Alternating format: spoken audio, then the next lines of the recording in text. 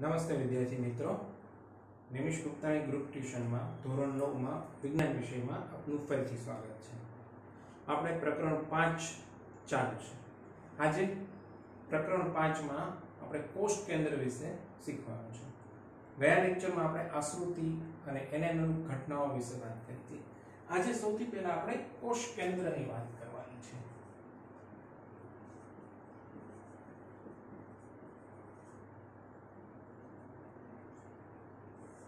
જો કોષ કેન્દ્ર છે કોષની મધ્યમાં હોય છે.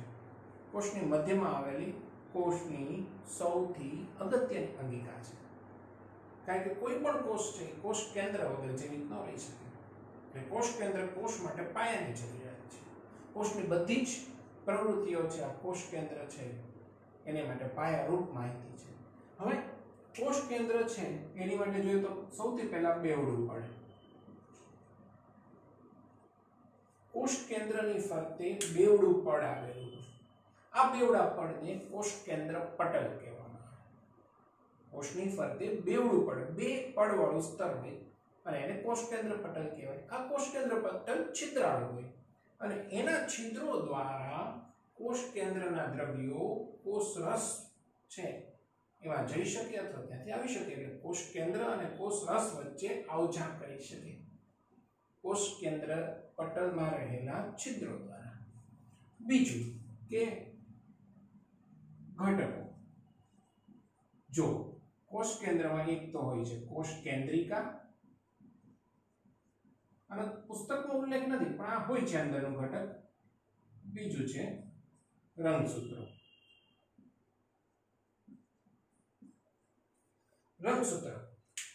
રંગસૂત્ર એ દરેક કોષ કેન્દ્રની અંદરનો બહુ મહત્વનો ભાગ છે. રંગસૂત્ર છે એ સામાન્ય રીતે દોરીના ઘૂંચળું કેવું હોય એ સ્વરૂપે હોય, ઘૂંચળા સ્વરૂપે, દોરી તાતણાના ઘૂંચળા હોય એ સ્વરૂપે હોય. પણ જ્યારે કોષનું વિભાજન થતું હોય ત્યારે આ રંગસૂત્રો છે સળી જેવા બને, સળી આકારના. તો આમ રંગસૂત્રો છે એ ઘૂંચળા સ્વરૂપે હોય દોરીના, પણ જ્યારે કોષનું વિભાજન થાય એ સમયે રંગસૂત્ર સળી જેવા બને. હવે આ રંગસૂત્ર છે એ ડીએનએ અને પ્રોટીનના બનેલા હોય. રંગસૂત્ર ડીએનએ અને પ્રોટીનના બનેલા હોય. ખાસ કરીને ડીએનએ નું આખું નામ છે DNA, deoxy ribo nucleic acid.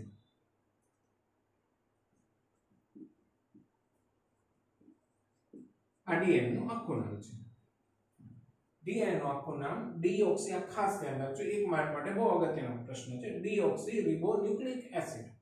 DNA છે એ આનુવંશિક માહિતી એટલે કેટલાક એવા લક્ષણો કે જે પેઢી દર પેઢી વારસામાં જતા હોય એ આનુવંશિક માહિતી છે એનો સંગ્રહ કરે છે. આનુવંશિક માહિતીના લક્ષણો છે એનો સંગ્રહ ડીએનએના અણુના સ્વરૂપમાં થાય છે જે એક પેઢીમાંથી બીજી પેઢીમાં જાય છે. આ ડીએનએના ચોક્કસ લંબાઈના ટુકડાને જનીન કહેવાય. અને ડીએનએ છે એનો ચોક્કસ લંબાઈનો ટુકડો કે ખંડ એને કહેવામાં આવે જનીન. આ જનીન છે અવિભાજ્ય હોય, એનું વિભાજન ન થઈ શકે. તો આપણે ફરીવાર આ જે કોષ કેન્દ્ર છે એના ઘટકોની વાત કરી લઈએ. તો કોષ કેન્દ્રના ઘટકોમાં એક તો કોષ કેન્દ્રિકા હોય છે, બીજું રંગસૂત્ર હોય છે. રંગસૂત્રો સામાન્ય દોરીના જથ્થા સ્વરૂપે હોય છે, પણ જ્યારે કોષનું વિભાજન થતું હોય તો એ વિભાજન સમયે એ સળી જેવા બને છે. હવે રંગસૂત્રો ડીએનએ અને પ્રોટીનના બનેલા હોય. ડીએનએ નું આખું નામ ડીઓક્સીરિબોન્યુક્લિક એસિડ છે. એ આનુવંશિક દ્રવ્ય છે. આ ડીએનએ છે એ આનુવંશિક લક્ષણો છે એની માહિતીનો સંગ્રહ કરે છે જેનું વહન પેઢી દર પેઢી થતું હોય છે. હવે તો કે ડીએનએ છે એનું આખું નામ ડીઓક્સીરિબોન્યુક્લિક એસિડ છે. એના ચોક્કસ લંબાઈના ટુકડાને જનીન કહેવામાં આવે. આ જનીન છે એ અવિભાજ્ય હોય છે, એનું આગળ વિભાજન થઈ શકતું નથી.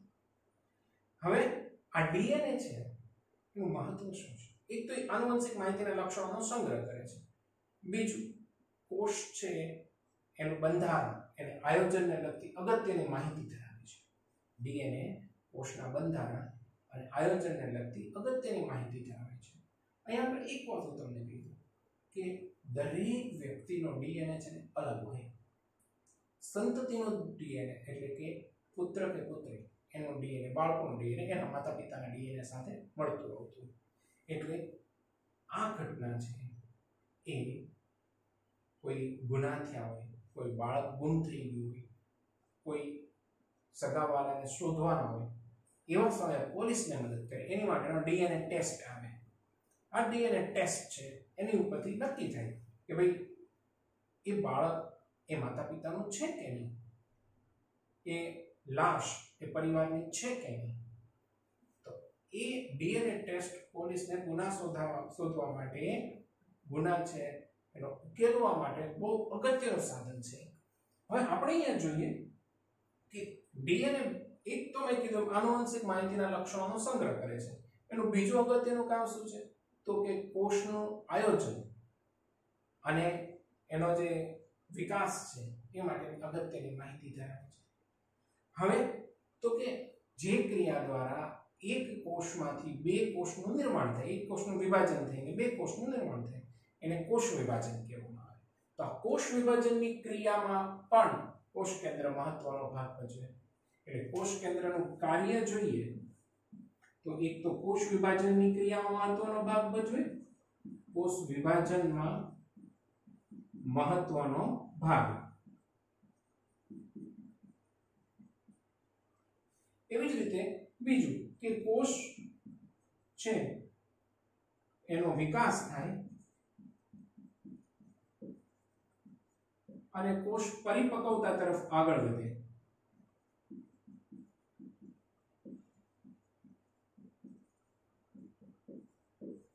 કોષ વિકસે, ટૂંકમાં કોષનો વિકાસ થાય એ માટેની મહત્વનો ભાગ ભજવે છે કોષ કેન્દ્ર. તો આ કોષ કેન્દ્ર વિશે બધી જ અગત્યની માહિતી, ફરીવાર આપણે કોષ કેન્દ્ર વિશે અગત્યની માહિતી છે એ જોઈ લઈએ. તો કોષ કેન્દ્ર તેની ફરતે બેવડું પડ હોય છે જેને કોષ કેન્દ્ર પટલ કહે છે. આ કોષ કેન્દ્ર પટલ છિદ્રાળુ હોય છે. એના છિદ્રોમાં થઈને કોષ કેન્દ્ર અને કોષ રસ વચ્ચે દ્રવ્યની આપ-લે થાય છે. બીજું કે કોષ કેન્દ્રના ઘટકો, તો કે કોષ કેન્દ્ર છે એમાં કોષ કેન્દ્રિકા હોય છે અને રંગસૂત્ર હોય છે. આ રંગસૂત્ર છે એ ડીએનએ અને પ્રોટીનના બનેલા હોય છે.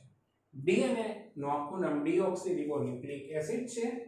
એ આનુવંશિક માહિતી છે, એની આનુવંશિક લક્ષણો માટેની માહિતી છે એનો સંગ્રહ કરે છે. ડીએનએ ના ચોક્કસ લંબાઈના ટુકડાને જનીન કહેવામાં આવે છે. બીજું કે હવે કોષ કેન્દ્રના કાર્યો, ડીએનએ બીજું બહુ મહત્વનું કાર્ય શું કરે? એક તો આનુવંશિક લક્ષણો છે એની માહિતી છે એનો સંગ્રહ કરે છે. બીજું કોષ છે એની વ્યવસ્થા અને એના આયોજન માટેની માહિતી ધરાવે છે. કોષની વ્યવસ્થા અને આયોજન માટેની માહિતી ધરાવે છે. હવે ડીએનએ નું કાર્ય, કોષ કેન્દ્રનું કાર્ય શું?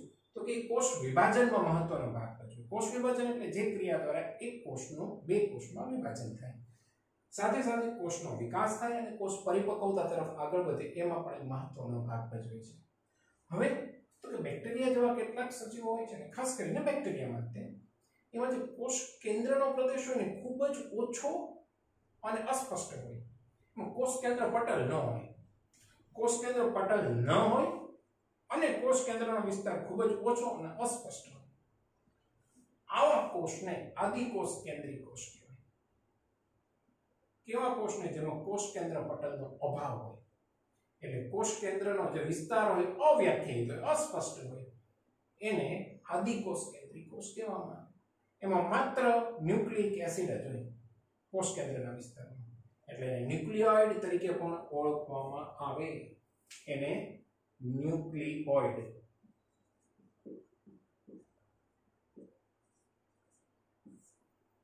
ન્યુક્લિયોઇડ એટલે શું? તો કે આદિકોષ કેન્દ્રીય કોષમાં કોષ કેન્દ્રનો વિસ્તાર અસ્પષ્ટ હોય છે ને તેમાં ફક્ત ન્યુક્લિક એસિડ જ હોય છે, માટે તેને ન્યુક્લિયોઇડ કહેવામાં આવે છે. બાકીના કોષ કે જેમાં કોષ કેન્દ્ર પટલ આવેલું હોય, તેને સુકોષ કેન્દ્રીય કોષ કહેવાય. આપણે આદિકોષ કેન્દ્રીય કોષ ને સુકોષ કેન્દ્રીય કોષ એનો તફાવત આપણે પહેલા લેક્ચરમાં જ જોઈ ગયા હતા. તો આ આખું કોષ કેન્દ્રને લગતું હતું. કોષ કેન્દ્રને લગતી આખી વિગત આપણે ફરીવાર જોઈએ તો કે કોષ કેન્દ્ર છે તેની ફરતે બેવડું પડ આવેલું હોય જેને કોષ કેન્દ્ર પટલ કહેવાય. કોષ કેન્દ્ર પટલ છે છિદ્રાળુ હોય, તેના છિદ્રો દ્વારા કોષ કેન્દ્ર અને કોષરસ વચ્ચે દ્રવ્યની આપ-લે થાય છે. પછી તો કે કોષ કેન્દ્રની અંદરના ઘટકો કોષ કેન્દ્રિકા હોય છે. બીજું શું હોય છે તો કે રંગસૂત્રો હોય છે. આ રંગસૂત્રો છે એ સામાન્ય રીતે દોરીના ગુજરા સ્વરૂપે હોય છે, એના જથ્થા સ્વરૂપે. પણ જ્યારે કોષનું વિભાજન થાય ત્યારે સળી આકાર ધારણ કરે છે.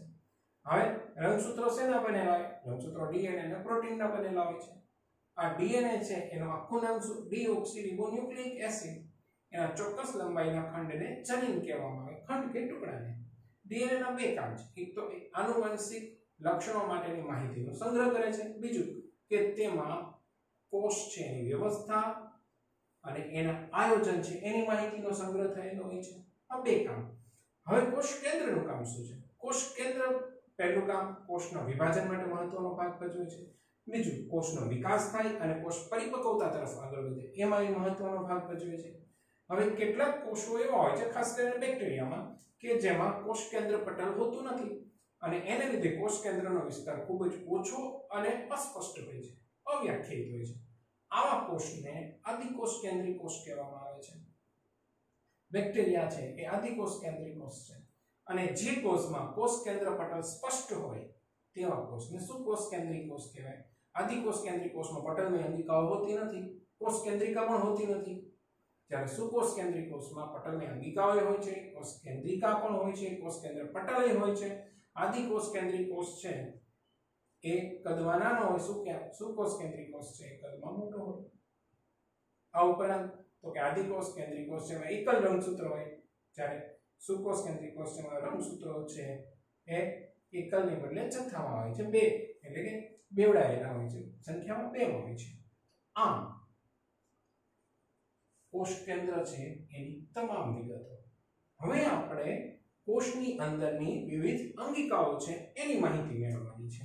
ખાસ કરીને આપણે સૌથી પહેલી માહિતી મેળવવાની છે અંતઃરસજાળ.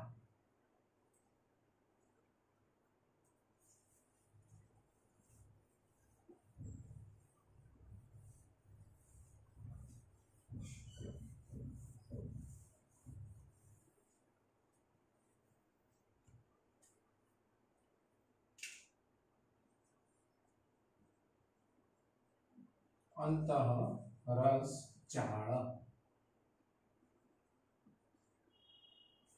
જો અંતઃરસજાળ કોને કહેવાય? પહેલા તો એની વ્યાખ્યા.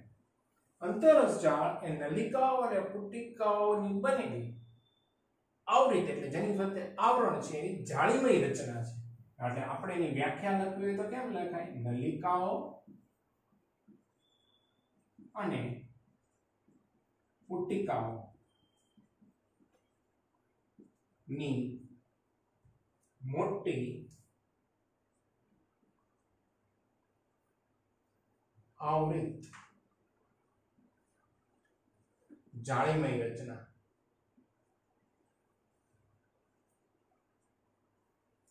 અંતઃરસજાળ એ નલિકાઓ અને પુટિકાઓની મોટી આવૃત જાળીમય રચના છે, એટલે જાળી જેવી રચના હોય છે.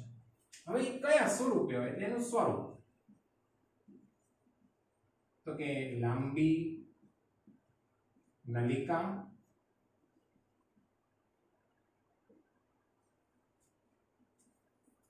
ગોળાકાર, લાંબી નલિકામય, ગોળાકાર કે કોથળી જેવી રચના છે.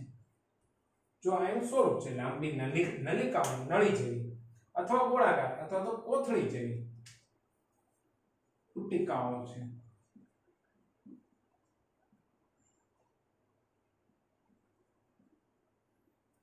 તો અંતઃરસજાળની વ્યાખ્યા જોઈએ તો કે નલિકાઓ અને પુટિકાઓની મોટી આવૃત એટલે જેની ફરતે આવરણ છે એવી જાળીમય રચના છે. ઉપરાંત એને સ્વરૂપ કેવું છે તો કે લાંબી નલિકામય, ગોળાકાર, कोथળી જેવી પુટિકાઓ છે।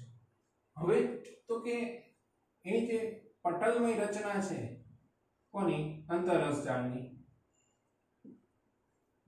એ કોષરસ પટલ સાથે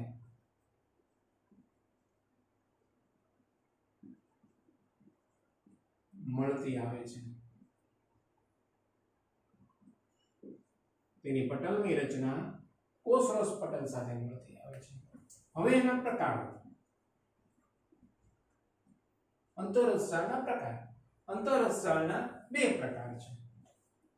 એક છે લીસી સપાટી ખરબચડી સપાટી વાળી અંતરરસ જાળ સપાટી વાળી બીજું છે લીસી સપાટી વાળી।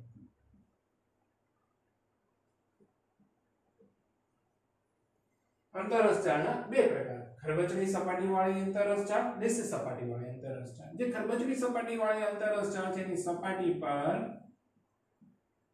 રિબોસોમ્સ હોય છે। खरबचडी सपाटी वाળી अंतररस जाळ હોય એની સપાટી પર રિબોસોમ્સ હોય છે જે કણ સ્વરૂપે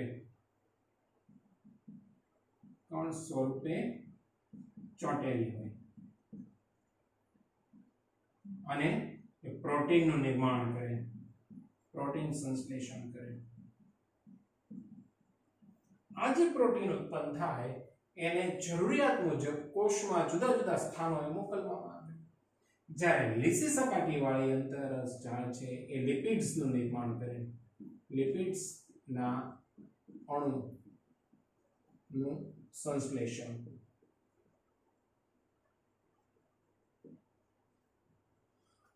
લીસી સપાટી વાળી અંતરરસ જાળ લિપિડ્સ ના અણુનું સંશ્લેષણ કરે। હવે પ્રોટીન અને લિપિડ્સ આ બે છે એ કોષરસ પટલના બંધારણમાં પણ વપરાય જેને કોષરસ પટલનું જૈવિક સંશ્લેષણ કહેવામાં આવે।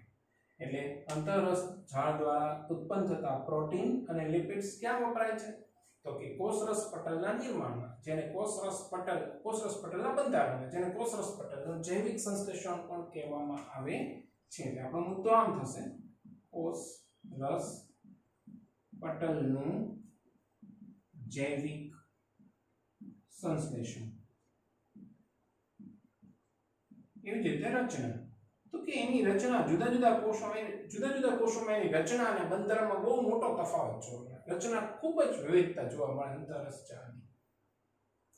એવી જ રીતે કેટલાક લિપિડ્સ અને પ્રોટીન છે એ ઉત્સેચકો અને અંતઃસ્ત્રાવો તરીકે પણ કાર્ય કરે છે। તો આ આપણે અંતરરસ જાળ છે એની વિશેની અગત્યની બાબતો થઈ। હવે એના ત્રણ કાર્ય બાકી છે। કાર્ય છે એની પહેલા આ બાબતો ફરીવાર જોઈએ આપણે તો કે અંતરરસ જાળ પહેલા એની વ્યાખ્યા તો કે નલિકાઓ અને પુટિકાઓની મોટી આવૃત જાળીની રચના છે।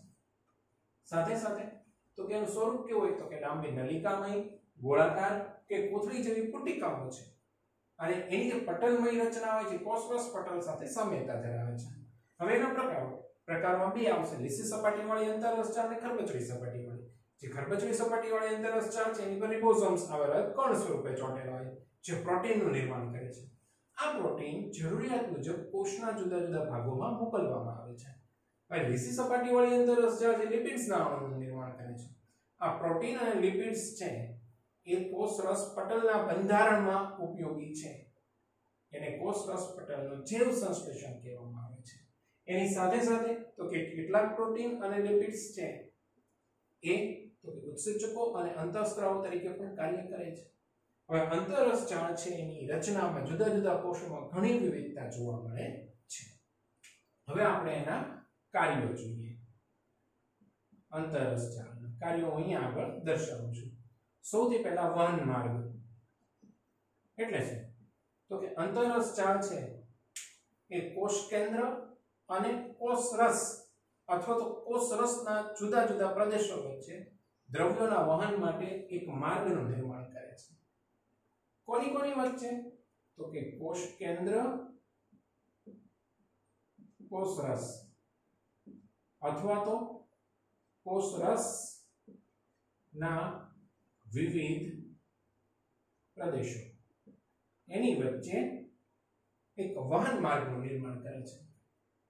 બીજું તો કે સપાટી પૂરી પાડવી।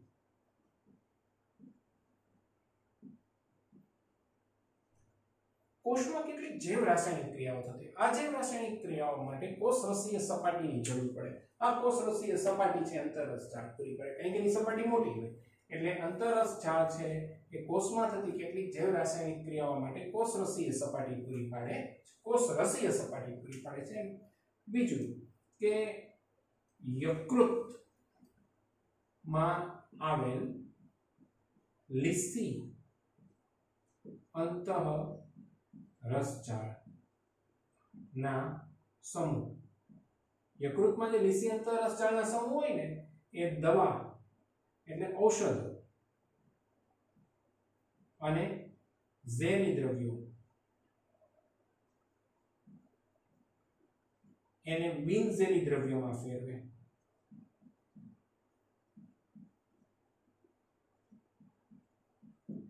તો આ ત્રણ કાર્ય છે। પહેલું કાર્ય શું થયું તો કે કોષ કેન્દ્ર અને કોષરસના જુદા જુદા પ્રદેશો વચ્ચે વહન માર્ગ બનાવે, પૂરો પાડે। બીજું કાર્ય તો કે કોષમાં થતી કેટલીક જૈવ રાસાયણિક પ્રક્રિયાઓ માટે કોષરસીય સપાટી આપે। અને ત્રીજું કાર્ય તો કે યકૃતમાં આવેલી લીસી અંતરરસ જાળ છે એનો સમૂહ શું કરે તો કે એ ઔષધો અને કેટલાક ઝેરી દ્રવ્યો છે અને બિનઝેરી દ્રવ્યોમાં ફેરવે। તો આ આખું અંતરરસ જાળ વિશે, અંતરરસ જાળ વિશે આપણે ફરીવાર જોઈએ તો પહેલા તો એની વ્યાખ્યા થાય તો કે પુટિકાઓ અને નલિકાઓની મોટી આવૃત જાળીમય રચના છે। પુટિકાઓ અને નલિકાઓની મોટી આવૃત જાળીમય રચના છે। એનું સ્વરૂપ કેવું હોય તો કે લાંબી નલિકામય, ગોળાકાર કે કોથળી જેવી પુટિકાઓ છે એ જાળી સ્વરૂપે રાખી। એવી જ રીતે એ પટલ, એની પટલની રચના એ કોષરસ પટલ સાથે મળતી આવે છે। હવે એના પ્રકારો જોઈએ। તેના પ્રકારો બે છે, ખરબચડી સપાટીવાળી અંતરરસ જાળ, લીસી સપાટીવાળી અંતરરસ જાળ। ખરબચડી સપાટીવાળી અંતરરસ જાળ ઉપર કણ સ્વરૂપે રિબોસોમ્સ હોય છે। આ રિબોસોમ્સ પ્રોટીનનું નિર્માણ કરે છે। આ પ્રોટીનને જરૂરિયાત મુજબ કોષના જુદા જુદા ભાગોમાં પહોંચાડવામાં આવે છે। એવી જ રીતે લીસી સપાટીવાળી અંતરરસ જાળ છે લિપિડ સ્નાયુનું નિર્માણ કરે છે। આ પ્રોટીન અને લિપિડ્સ છે એ કોષરસ પટલના બંધારણમાં વપરાય છે, જેને કોષરસ પટલનું જૈવ સંશ્લેષણ કહે છે। ઉપરાંત કેટલાક પ્રોટીન અને લિપિડ્સ ઉત્સેચકો અને અંતઃસ્ત્રાવો તરીકે કાર્ય કરે છે, જે કોઈ પ્રક્રિયાને વેગ આપવા માટે કે એની હાજરી જરૂરી હોય છે। સાથે સાથે તો કે એની રચના, અંતરરસ જાળની રચનામાં ખૂબ જ વિવિધતા જોવા મળે અલગ અલગ કોષમાં। હવે અંતરરસ જાળ છે એના કાર્ય, એનું પહેલું કામ શું તો કે કોષ કેન્દ્ર અને કોષરસના વિવિધ પ્રદેશો વચ્ચે દ્રવ્યના વહન માટે માર્ગ પૂરો પાડવો। બીજું કામ શું તો કે કોષમાં થતી કેટલીક જૈવ રાસાયણિક ક્રિયા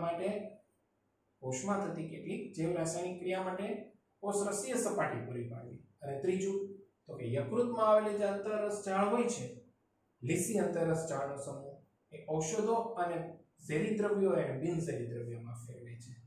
તો આ આખું અંતરરસ જાળ વિશે। કોષ કેન્દ્ર વિશે પણ એકવાર રિપીટ કરી જાઉં છું। કોષ કેન્દ્ર છે તેની ફરતે બેવડું પડાવેલું હોય છે, કોષ કેન્દ્ર પટલ કહેવાય, તે છિદ્રોવાળું હોય અને તેના દ્વારા કોષ કેન્દ્ર અને કોષરસ વચ્ચે દ્રવ્યોની આપ-લે થાય।